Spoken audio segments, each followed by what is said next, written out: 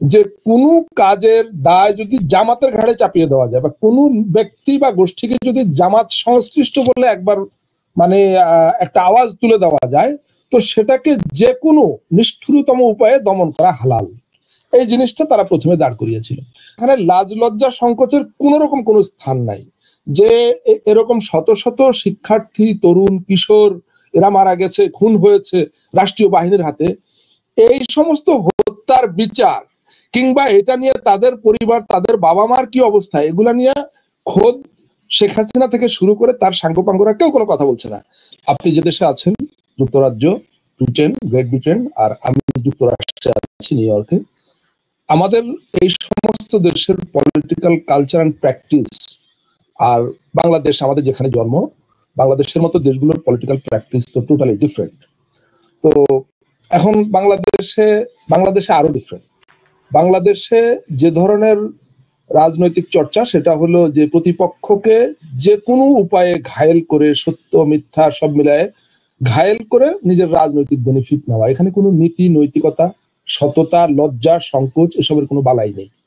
তো এগুলো তো একটা লেভেল পর্যন্ত ছিল, কিন্তু শেখ হাসিনা গত 15 বছরে এটাকে একেবারে অনেক উচ্চতায় নিয়ে গেছেন আর কি, এই চর্চাটাকে। মানে লজ্জাহীনতা এবং মিথ্যার বেসাতি, এটা যদিও আমি হয়তো এইভাবে না বললেও ভালো হতো, কিন্তু এটা রিয়ালিটি। তো সেই প্র্যাকটিসের জায়গা থেকে শেখ হাসিনা যা করছেন, এর বাইরে অন্য কিছু কিন্তু তার করার কথা না, তার এটাই করার কথা। মানে যে কোনো উপায়ে তিনি তার সর্বোচ্চ রাজনৈতিক বেনিফিট নেওয়া। আর রাজনৈতিক বেনিফিট বলতে কি, তিনি যেভাবে ক্ষমতায় আছেন এই ক্ষমতায় থাকাটাকে অব্যাহত রাখা, এবং এই ক্ষমতায় থাকবার ক্ষেত্রে যত থ্রেট বা হুমকি আছে বা প্রতিবন্ধকতা আছে, সেটাকে বুলডোজ করে ধুলোয় মিশিয়ে দেওয়া, সেটা ন্যারেটিভ দিয়ে, রাষ্ট্রশক্তি ব্যবহার করে সব ক্ষেত্রেই। তো তার এই চেষ্টা তিনি করছেন এবং করে যাবেন। এখানে আমি মনে করি না, আপনি যে বললেন সদিচ্ছার কথা, এইগুলো অবান্তর কথা। সদিচ্ছা থাকবে কেন? এখানে সদিচ্ছার কোনো ব্যাপার স্যাপার নাই এবং থাকার কথাও না। থাকার কথা হলো তিনি ক্ষমতায় আছেন যেভাবে, তিনি সেভাবেই ক্ষমতায় থাকবেন এবং থাকবার জন্য যা যা করার তিনি তাই করবেন।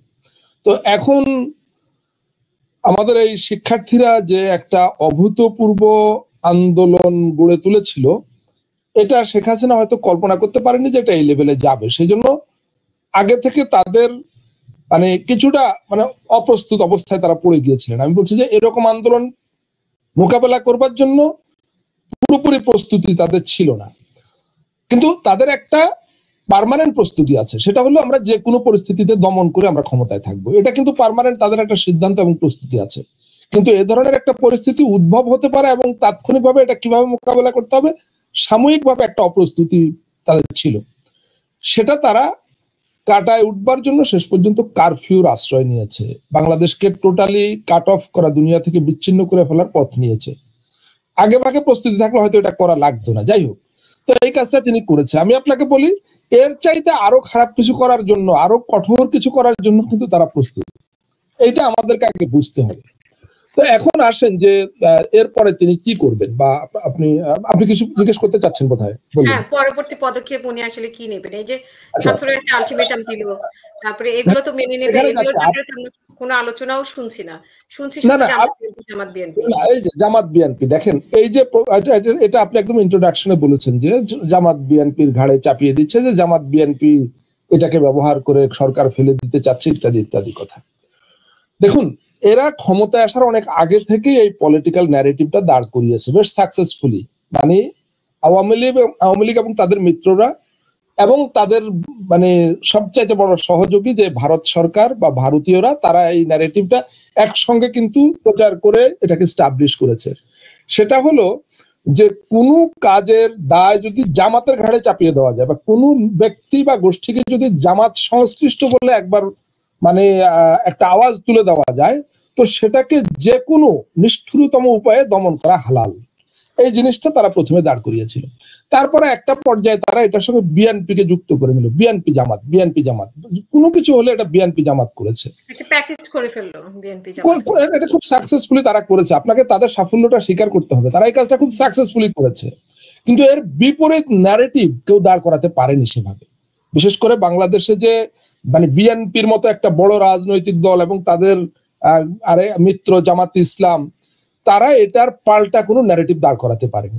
ধরেন আজকের দিনে যে ঘটনাটা ঘটছে, যে ছাত্রদের আন্দোলনকে ঘিরে সরকার ক্ষমতাসীনরা বলছে যে সবকিছু ছাত্রদের ঘাড়ে সওয়ার হয়ে বিএনপি জামাত এটা করেছে সরকার ফেলে দেওয়ার জন্য, ইত্যাদি ইত্যাদি।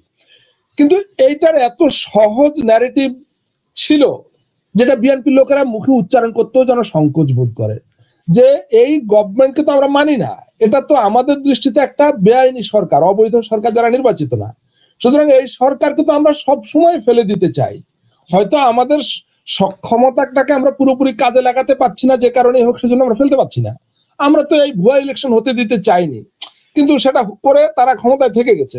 সুতরাং ছাত্র আন্দোলন তো ছাত্র আন্দোলন, আমরা তো প্রতি মুহূর্তে এদেরকে ফেলে দিতে চাই, এটার মধ্যে তো কোনো অপরাধ নাই।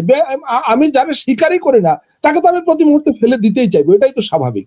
কিন্তু এই কথাটাও বিএনপির লোকেরা জোর দিয়ে বলতে পারছে না, অনেকটা একতরফা ভাবে ক্ষমতাসীনরা তাদের ন্যারেটিভটা প্রচার করছে এবং সবকিছু ছাপিয়ে, মানে আগেই বলেছি যে এখানে লাজ লজ্জা সংকোচের কোন রকম কোনো স্থান নাই। যে এরকম শত শত শিক্ষার্থী, তরুণ, কিশোর এরা মারা গেছে, খুন হয়েছে রাষ্ট্রীয় বাহিনীর হাতে, এই সমস্ত হত্যার বিচার কিংবা এটা নিয়ে তাদের পরিবার, তাদের বাবা মার কি অবস্থা, এগুলা নিয়ে খোদ শেখ হাসিনা থেকে শুরু করে তার সাঙ্গপাঙ্গরা কেউ কোনো কথা বলছে না। আপনি দেখছেন যে সোশ্যাল মিডিয়ায় দায়িত্ব নিয়েছেন উনি পরিবারের। না ওকে, সেটা তো কি দায়িত্ব নিয়েছে সেটা আমি আপনি এবং দেশের মানুষ সবাই জানে। এগুলা আমরা দেখছি যে তিনি তার দলবল নিয়ে ঘুরে বেড়াচ্ছেন, কোথায় কি কি ধ্বংসযজ্ঞ হয়েছে, কোথায় কি ক্ষয়ক্ষতি হয়েছে, ভাঙচুর হয়েছে, তিনি এগুলো দেখছেন এবং সেগুলো মিডিয়াগুলো সেইভাবে ফোকাস করছে। তো এখন আসলে হয়েছে কি হাসিনা, আমি আপনাকে একটা জিনিস বলি,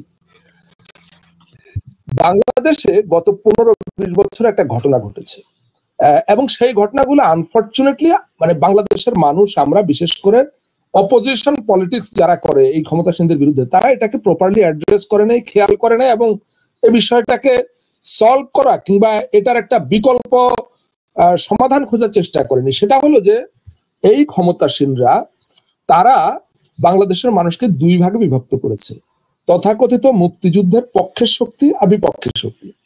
যারা আওয়ামী লীগ করে এবং আওয়ামী লীগের সমর্থক অন্যান্য ছোটখাটো দল বা গোষ্ঠী, এরা সবাই মুক্তিযুদ্ধের পক্ষে। আর যারা এই আওয়ামী লীগ এবং তার মিত্রদের বিরোধিতা করবে, এরা সব মুক্তিযুদ্ধের বিপক্ষ শক্তি। তো এটা হলো তাদের একেবারে সবচাইতে স্ট্রং ন্যারেটিভ এবং মূল ফোকাস তাদের মানে প্রচার প্রপাগান্ডার ক্ষেত্রে। তো এর বিপরীতে যারা আওয়ামী লীগের বাইরে আছে বা বিপক্ষে আছে, এদের সবার তো একটা ঐক্য থাকার কথা ছিল। কিন্তু আমি শুধু রাজনৈতিক দলের কথা বলছি না, এই জিনিসটা দর্শকরা আসলে মাঝে মাঝে খুব ভুল বুঝে। আমি রাজনৈতিক অরাজনৈতিক সকল শক্তির কথা বলছি, যে তাদের মধ্যে একটা ঐক্য থাকার দরকার ছিল। কিন্তু আনফরচুনেটলি সেটা হয় যে বিএনপির ভেতরের অনেক লোক কিংবা বিএনপির দৃশ্যত শুভাকাঙ্ক্ষী অনেক লোক, এরা বরং আওয়ামী বিরোধী শিবিরের বহু লোককে ধরে ধরে ও ভারতের দালাল, সে ভারতের দালাল, অমুক ভারতের দালাল, তমুক ভারতের দালাল, এই বলে বলে আওয়ামী বিরোধী শক্তিটাকে আরো বিভক্ত করেছে, মানে আওয়ামী লীগের উপকার করেছে। দালাল ডক্টর বদিউল আলম মজুমদার ভারতের দালাল, এইরকম আপনি খুঁজে আরো বহু লোককে পাবেন। এখন এইটা তো তারা তাদের স্বার্থে মিডিয়া, শিল্প, সংস্কৃতি, তারপরে আপনার সিভিল সোসাইটি, এই সমস্ত ক্ষেত্রে তারা লোকজনকে কাছে টানে এবং তাদেরকে এক ধরনের রেসপেক্ট দেয়, এক ধরনের ভ্যালু দেয়, মূল্য দেয়। আমরা অনেক সময় দেখি অনেকে এই সিনেমার লোকজনকে বা কালচারাল জগতের লোকজনকে আমরা ট্রল করে, সোশ্যাল মিডিয়ায় ট্রল করে যে তারা নৌকা মার্কার পক্ষে ভোট চাইছে, হাসিনার পক্ষে কথা বলছে। ভাই তারা তো এখানে গুরুত্ব পাচ্ছে, ইম্পর্টেন্স পাচ্ছে, তারা রেসপেক্ট পাচ্ছে, তারা সুবিধা পাচ্ছে। তো তারা এদের বাইরে কি আর কেউ নাই?